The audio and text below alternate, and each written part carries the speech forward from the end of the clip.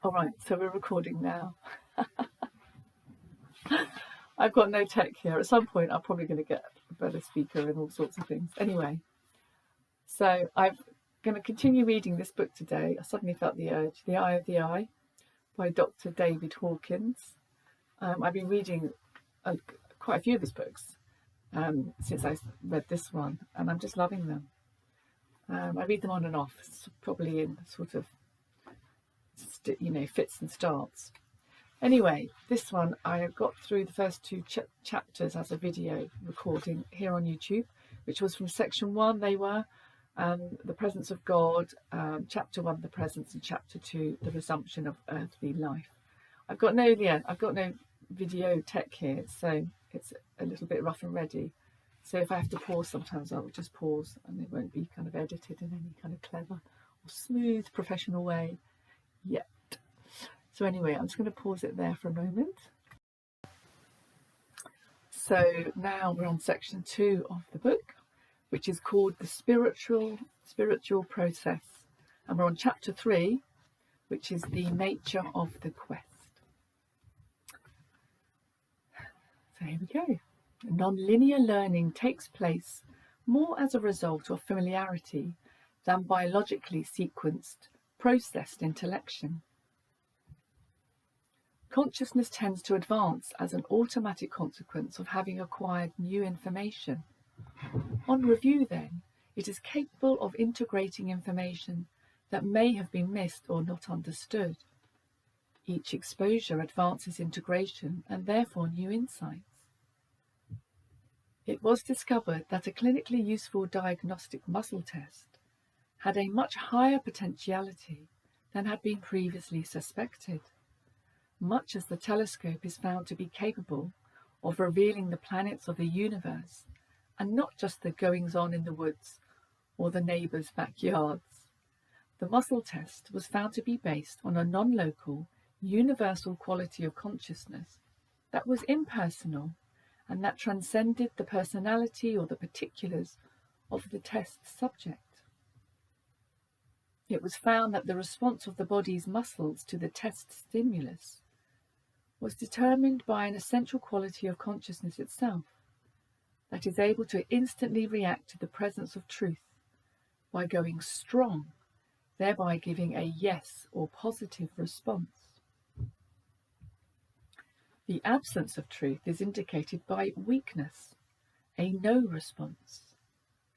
Investigation of this reproducible phenomenon was conducted with thousands of test subjects from all walks of life over a 20-year period and confirmed by teams of investigators.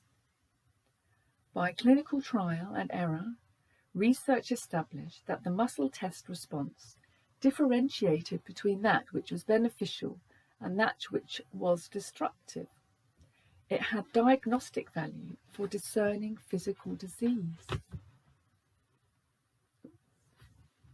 and identifying beneficial treatments.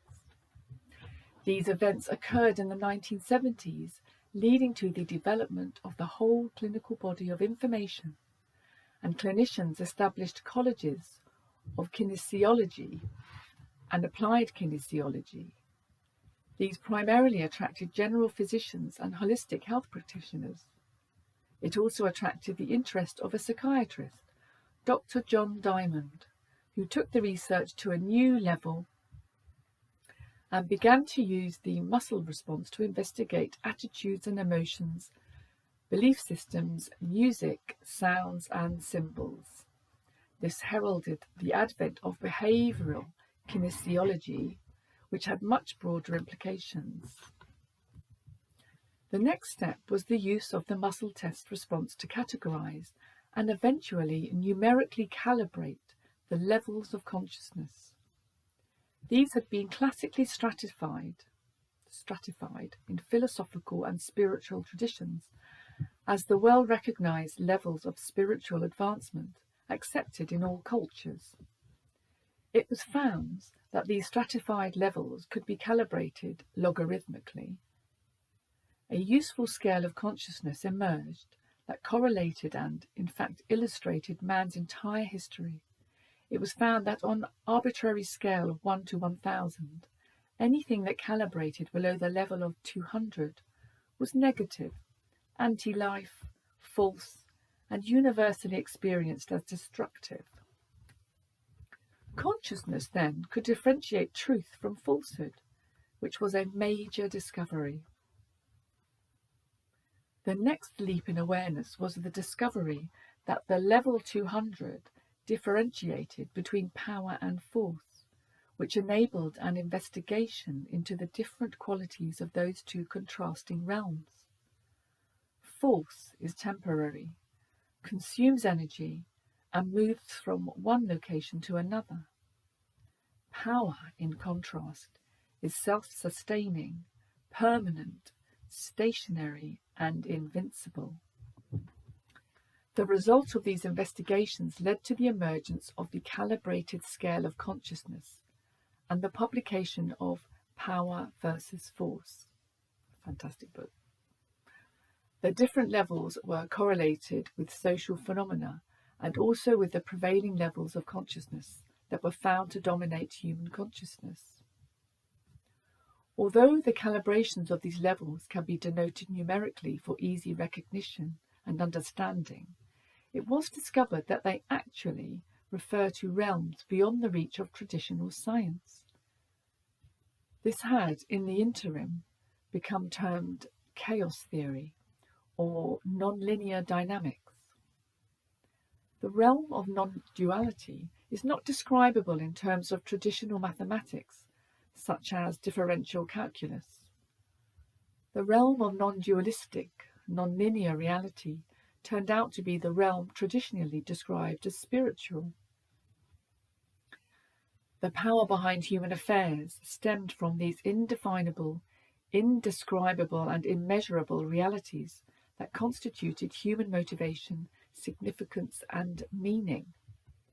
Life itself had been beyond scientific investigation, because life is non-linear and dynamic. Thus, the descriptive terminology and conceptualization of linear Newtonian physics and its paradigm of reality had to be transcended.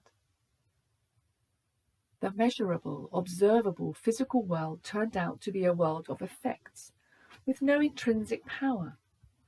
Real power resides in the infinitely powerful domains of the unseen and the non-linear. Reality was not describable in terms of time, dimension, location, or measurement, but existed independently in the infinite potentiality beyond space and time, traditionally called reality. These are the infinite domains that have never been described except by exceptionally gifted individuals deemed to be enlightened.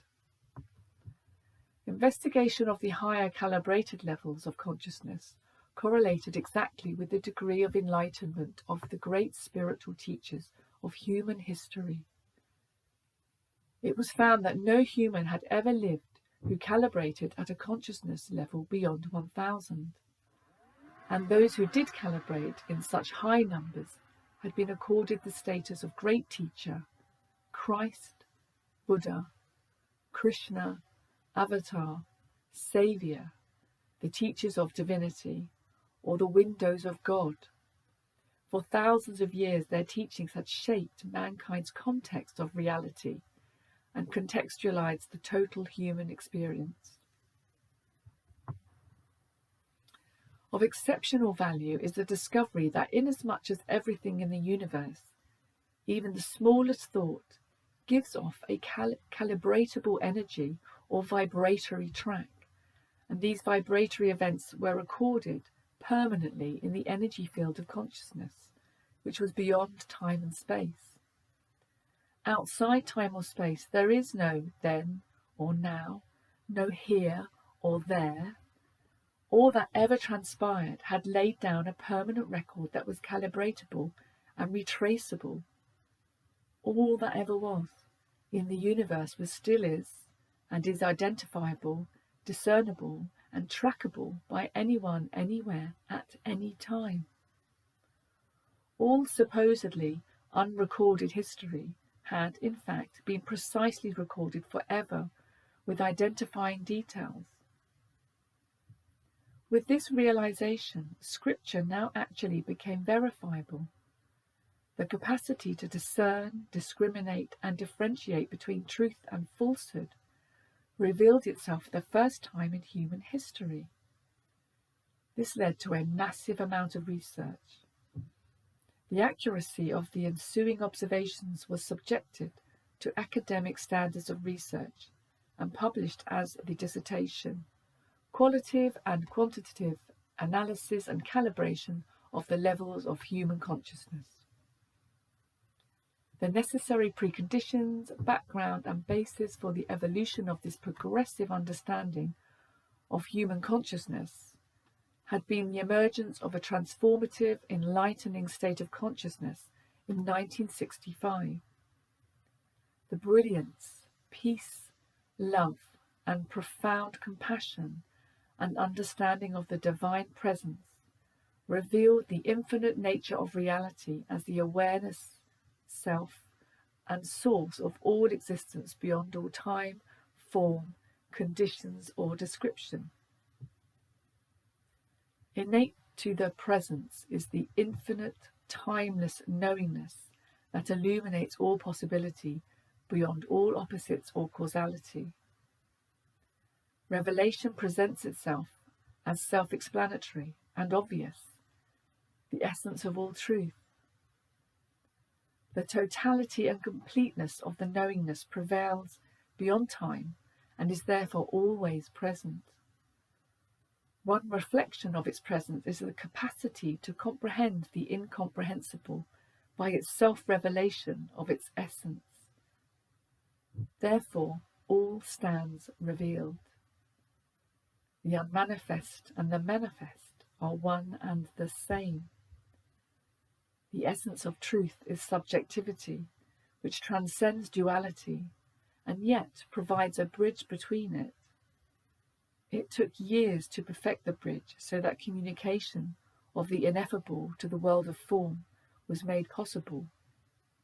The book, Power versus Force, was the result.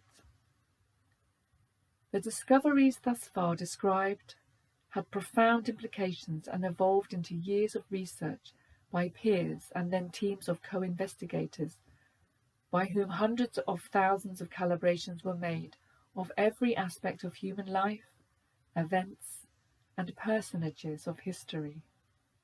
These included spiritual teachings, literature, and teachers.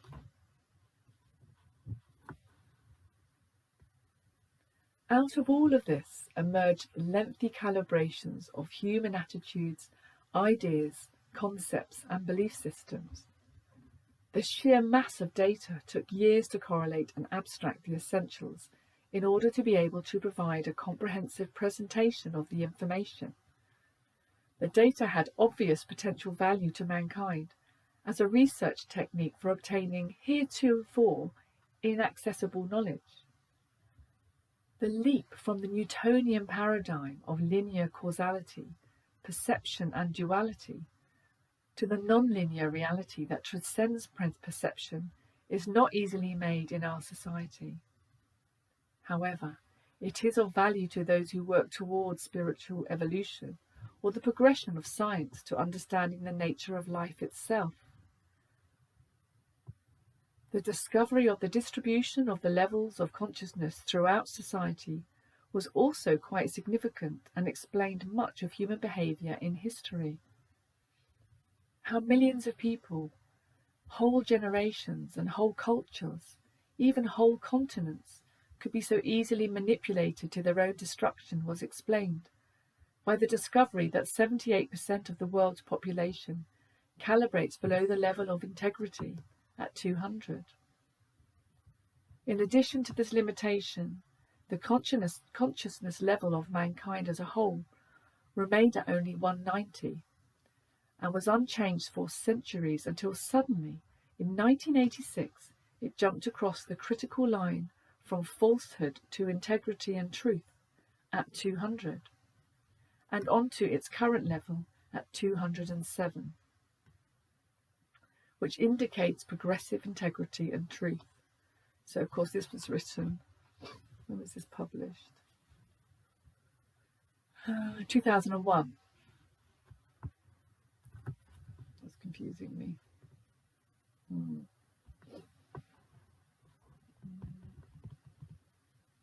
It's confusing myself now.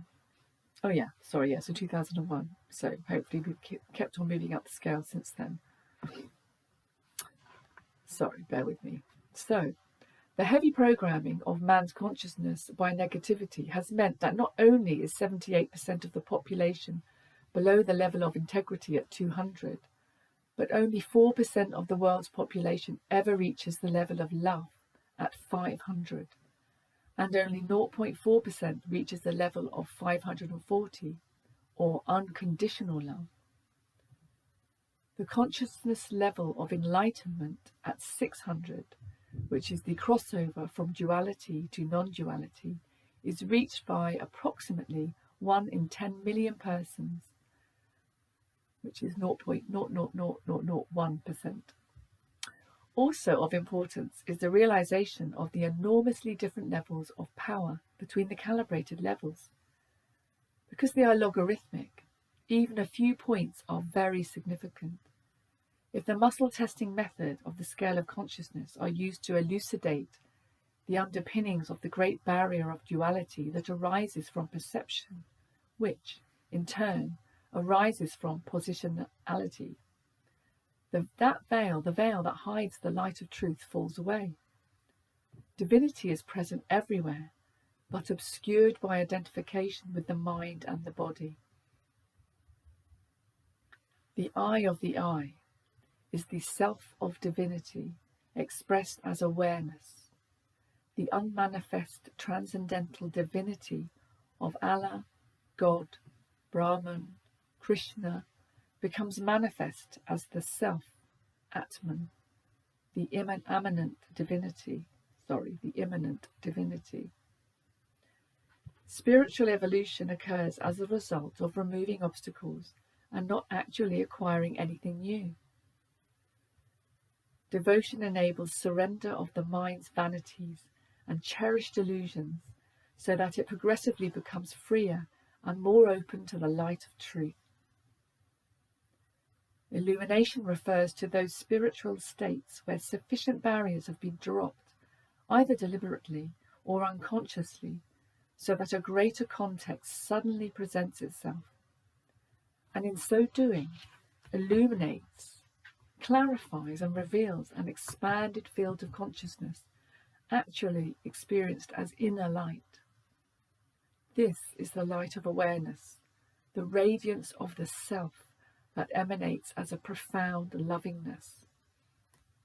Although for many people the experience may not last, as in a near-death experience, the residual effect is permanent and transformative. In due time, the light is likely to return again for periods of infinite bliss, peace, and silence, followed by a profound gratitude for the gift. The unforgettable events tends to set up a yearning to return to that state, which may result in the willingness to give up everything in this world to do so. Curiosity is replaced by dedication, surrender, and devotion.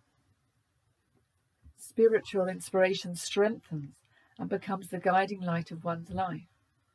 All human desires fade away in comparison to what is now realized as the ultimately possible state.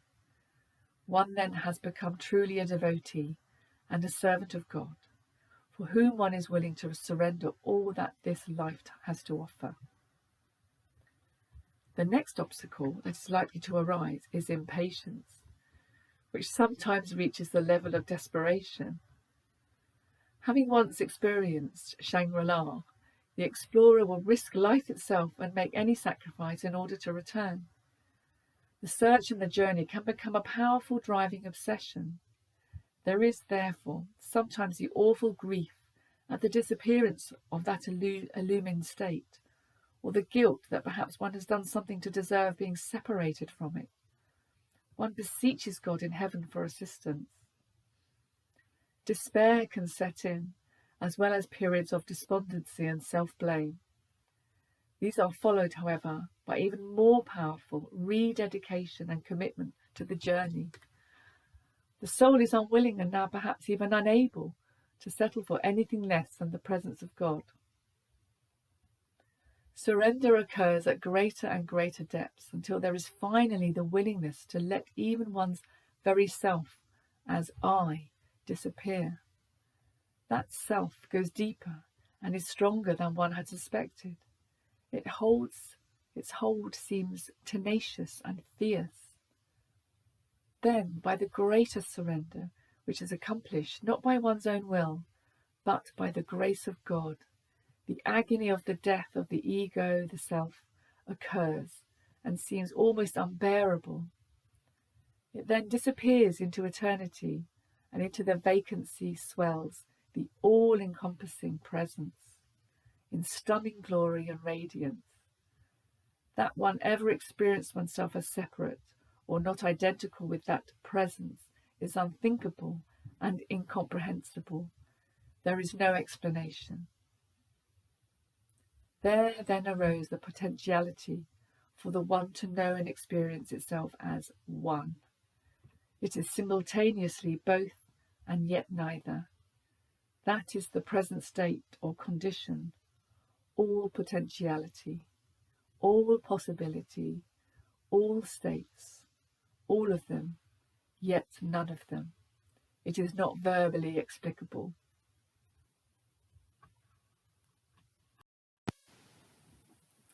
Preliminaries. One difficulty with spiritual writings is that they often do not present a context of familiarity, so that a seeker can approach the subject with comfort. For instance, it is often stated that the personal life of the writer or speaker is of no consequence, which, although true in an absolute sense, ignores the level of consciousness of the most of humanity that has a natural curiosity and expectation about the style in which information needs to be presented. To say that one's personal life is of no significance has no meaning to most people. There is a natural tendency to be curious about what kind of person experiences unusual spiritual revelations. There is curiosity about the personality traits or lifestyle. There is also the intuitive awareness that to understand it is to discover that perhaps those traits or characteristics tend to eventuate in spiritual awareness.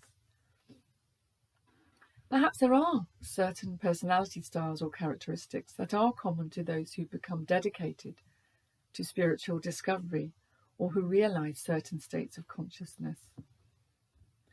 The spiritual pathway is facilitated by certain characteristics that become reinforced and more powerful with practice, experience, and success. These include the capacity to focus unswervingly on a goal and to concentrate fixedly on a technique or spiritual exercise with commitment and dedication.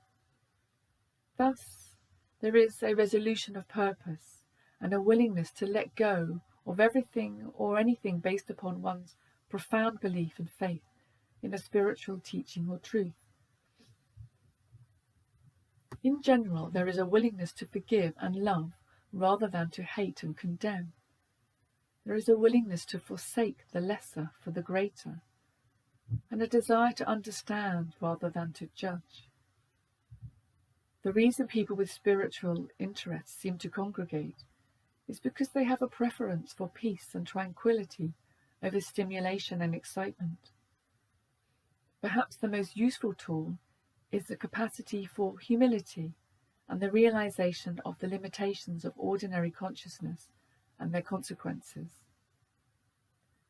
To ensure the validity of one's direction of endeavour, it is crucial to calibrate the level of truth of every teaching, teacher, guru, or spiritual group. Historically, it can be seen that mankind stumbles on blindly, much like the ships did in the unmarked oceans, without a compass or map, Literally hundreds of millions of people throughout time have been destroyed for lack of a simple technique to overcome the mind's incapacity to tell a sheep from a wolf in sheep's clothing. Whole nations have gone down. Whole civilizations have died from following propaganda, slogans and belief systems that, when muscle tested, make one go weak. Although the muscle testing technique may sound simple and crude, so was the discovery of the lodestone for use as a compass. Most people on the planet today owe their survival to things that were once thought unscientific and crude, such as the dirty-looking growth of mould on a petri dish that was observed to be able to kill bacteria. This little discovery led to antibiotics, and thereby increased mankind's quality of health and expected longevity. The naive seeker is fair game for any, and all would be captors, via various ideologies through the sheer influence of numbers, persuasion and charisma. Peer pressure for the gullible is also prevalent, so that finding one's way through the thickets of profuse religious and purportedly spiritual teachings becomes hazardous and problematic. It requires some inner conviction and means of guidance to not follow the throngs of worshippers because the herd instinct is strong. Surely one's mind says to itself, all those millions of people could not be wrong or be misled by error. To find the answer to this paradox, we merely need to examine the makeup of those throngs of often zealous believers. That human error is not only possible, but also certain and probable becomes evident from the fact that 78% of the world's population calibrates below the level of 200, below the level of truth and integrity. The muscle testing response is determined solely by the response of universal consciousness to either truth or falseness. On an arbitrary scale, I don't like that word, on an arbitrary scale, which is in this book in Appendix B, that which makes one go strong is calibrated at the level of 200. That which is false or destructive calibrates below 200, i.e. from 0 to 200, one discovers the levels of shame, guilt, remorse, fear, hate, greed, pride, avarice, anger, etc. At the level of truth and integrity, the body goes strong, and these levels go up through courage, neutrality, willingness, capability, lovingness, joy and peace. The positive levels are then calibrated from 200 up to a possible 1000. Love is at 500. The intellect is in the 400s, and capability and willingness are in the 300s. That 78% of mankind calibrates below the level of 200 means that most of society assumes that falsehood is truth. Only 22% of the world's population is even capable of understanding what truth is, and of that, only 4% of the world's population calibrates at 500 or over, which is the level of love. Farther up the scale, the number of people at the top of this pyramid of humanity dwindles rapidly. Enlightenment calibrates at 600, where duality dissolves into non-duality. The 700s are the realm of the great spiritual teachers, gurus and saints. Few can be identified in the 800s or 900s. The energy field at 1000 is the maximum that can be tolerated by the human body and its nervous system, and it is the rare level of the great avatars of history. No human has ever existed who calibrated beyond 1000. The value of all these realizations is merely to describe a means of discernment, because human consciousness lacks the innate capacity to tell truth from falsehood. It is therefore imperative to know the calibrated level of truth of any teaching or teacher. With this awareness, we begin to understand the great myths of mankind, which are always about the vicissitudes of the seeker, who, in the classic story, becomes besieged by challenges, seductions, snares, traps, beguilements, and savage beasts. There are always dragons, fires, swamps, bodies of water, and other hazards to be overcome. In the legends, success depends on knowing a single secret or a mystical bit of information, which becomes the key to progress. Without help from on high or high helpers, the hero or heroine becomes lost and is finally saved by divine goodness in some disguised form, such as a bird that signals or shows the way. Muscle testing, then, is such a bird and prevents the painful stumbling into a morass from which it is often difficult or impossible to escape. The spiritual's quest is classically likened to a pathway, a journey, or a venture. Unfortunately, the naive seeker often goes unprepared on a difficult journey without the necessary tools. In the ordinary world, we depend on many safety measures. We wear seatbelts, get inoculated against epidemic diseases, and accept that there are hazards to be guarded against and overcome. Thus, caution comes from wisdom, not from fear. Prudence requires awareness of the pitfalls to be avoided. If enlightenment were easy to come by, it would be a common phenomenon. However, statistically, the chances are less than 1 in 10 million. There is also the common thought held by seekers that there are only two alternatives, either enlightenment or painful entrapment by the ego. Actually, each step forward brings new joys and a jump in consciousness that calibrates at even only a few points higher on the scale of consciousness. Because it is a logarithmic jump, however, it can bring about much greater happiness and accord. As one progresses, confidence replaces fear, emotional comfort.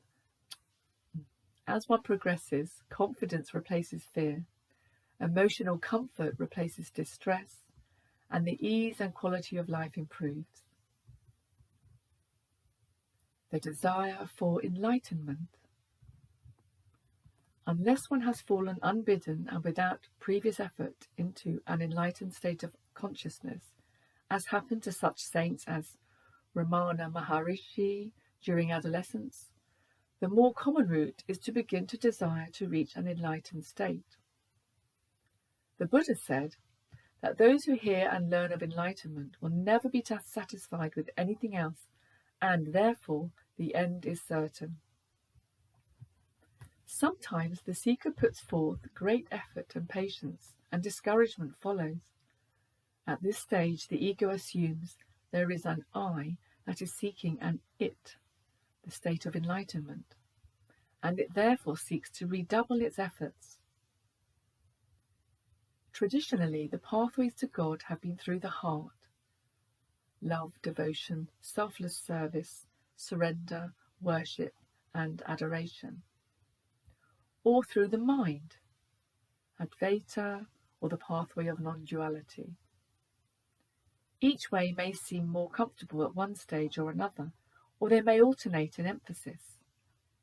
Either way, it is a hindrance to consider that there is a personal self, or an I, or an ego that is doing the striving or seeking, or that will become enlightened. It is much easier to realize there is no such thing as the ego or an I identity that is doing any seeking, but instead it is an impersonal aspect of consciousness that is doing the exploring and seeking. A useful approach is to let the love for God replace the willfulness that is driving the seeking. One can release all desire to seek and realize that the thought that there is anything else but God is a baseless vanity. This is the same vanity that claims authorship for one's experiences, thoughts, and actions. With reflection, it can be seen that both the body and the mind are the result of the innumerable conditions of the universe, and that one is at best the witness of this concordance. Out of unrestricted love for God arises the willingness to surrender all motives except to serve God completely. To be the servant of God becomes one's goal rather than enlightenment. To be a perfect channel for God's love is to surrender completely and to eliminate the goal-seeking of the spiritual ego. Joy itself becomes the initiator of further spiritual work. From joy and humility, the rest of the process is certain. One becomes aware that the whole spiritual seeking process is being activated by the attraction of the ultimate destiny to realize the self, rather than being propelled by the limited ego. It could be said in ordinary language that one is being pulled along by the future rather than being propelled by the past. It is obvious that unless one was destined for enlightenment, one would not even be interested in the subject. To even aspire to such a state is actually quite rare. In an entire lifetime, the average person does not meet even one other person who is primarily interested in reaching enlightenment. The path can be arduous and demanding. In the Western world, there is really no accepted or traditional role for the spiritual seeker. It is not expected that one will finish up one's worldly business and then at retirement spend the rest of life spiritually seeking the truth to the exclusion of all else.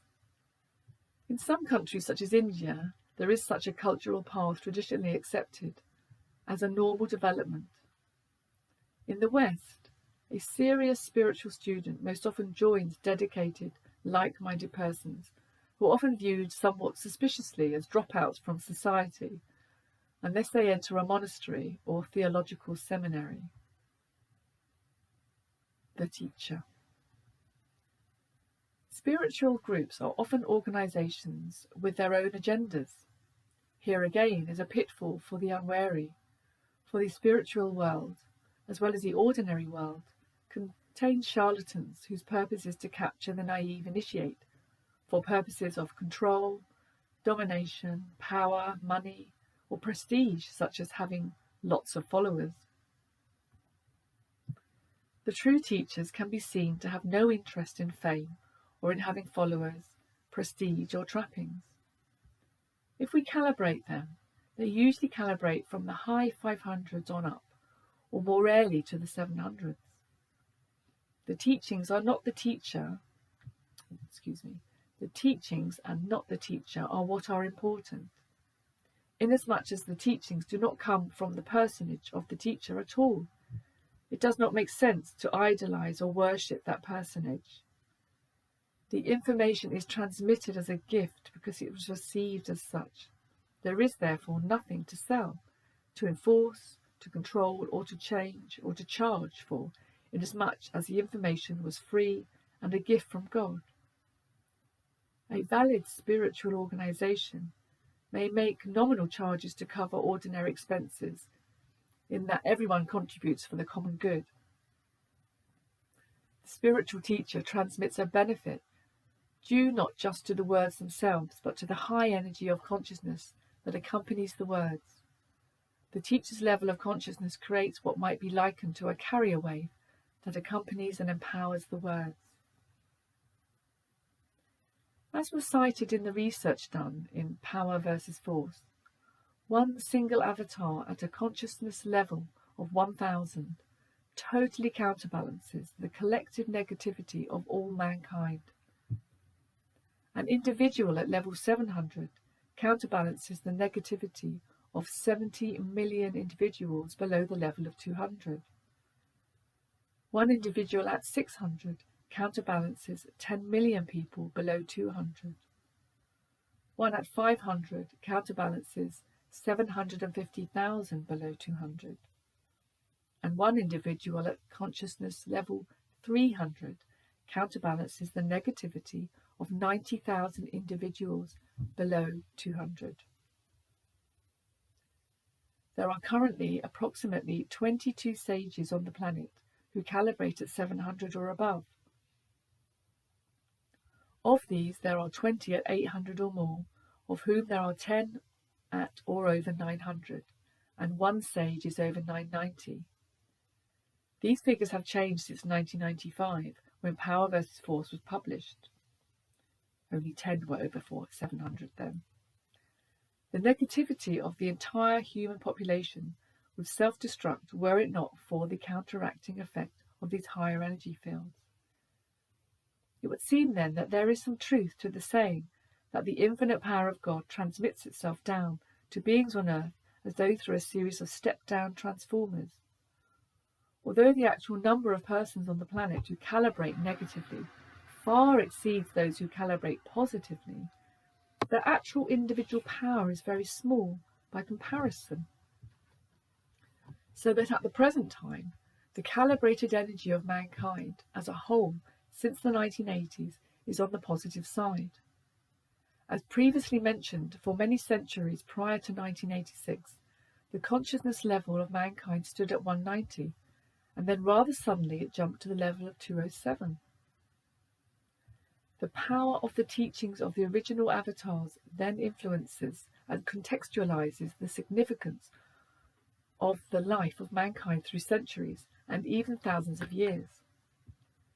It is very informative, however, to calibrate the level of consciousness of a great teacher and then calibrate the level of institutionalized teachings that are then brought down through the centuries. Some teachings have survived almost totally unscathed, while others have seriously deteriorated.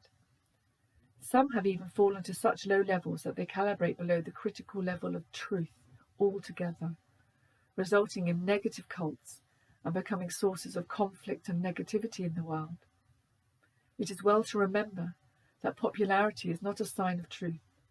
It is not surprising, then, that the great majority of the population of mankind falls below the level of 200, and that multi-millions are following religions that are basically negative. What is spiritual? It is common for people to confuse spiritual with religious, and even with the supernatural or astral domains. They are, in fact, quite different, and this confusion often results in social strife and uncertainty. In the United States Declaration of Independence, for instance, it was stated with great clarity by the originators that the rights of man stem from the divinity of their creation, and thus was established the principle of spirituality. However, they differentiated this from religion by saying that citizens are to be free from the establishment of any religion. The founders were aware that religion divides and is based on secular power, whereas spirituality unites and has no worldly organization. The Declaration of Independence, which calibrates at 705, spells out that this is a nation whose government derives its authority from the spiritual principles of the Creator, and that it is to be guided by spiritual principles that see everyone as equal, with justice and freedom for all. This obvious position has great power and needs no defense.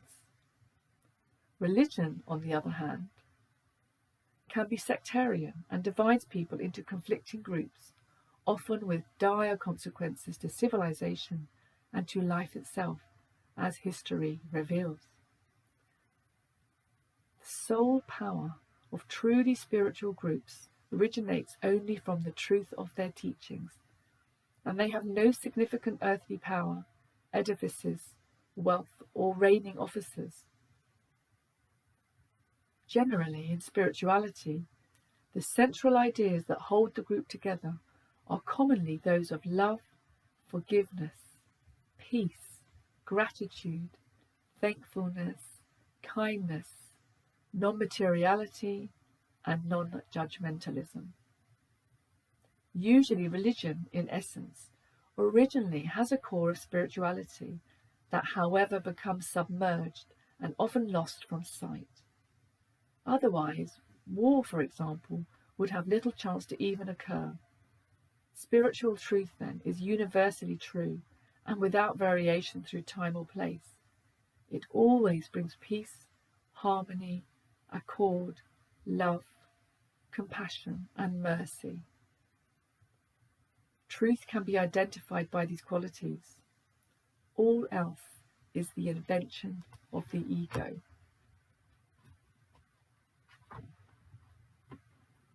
So that's the end of chapter 3. So I'll stop there for today and save that now. Bye for now. I hope you enjoyed it.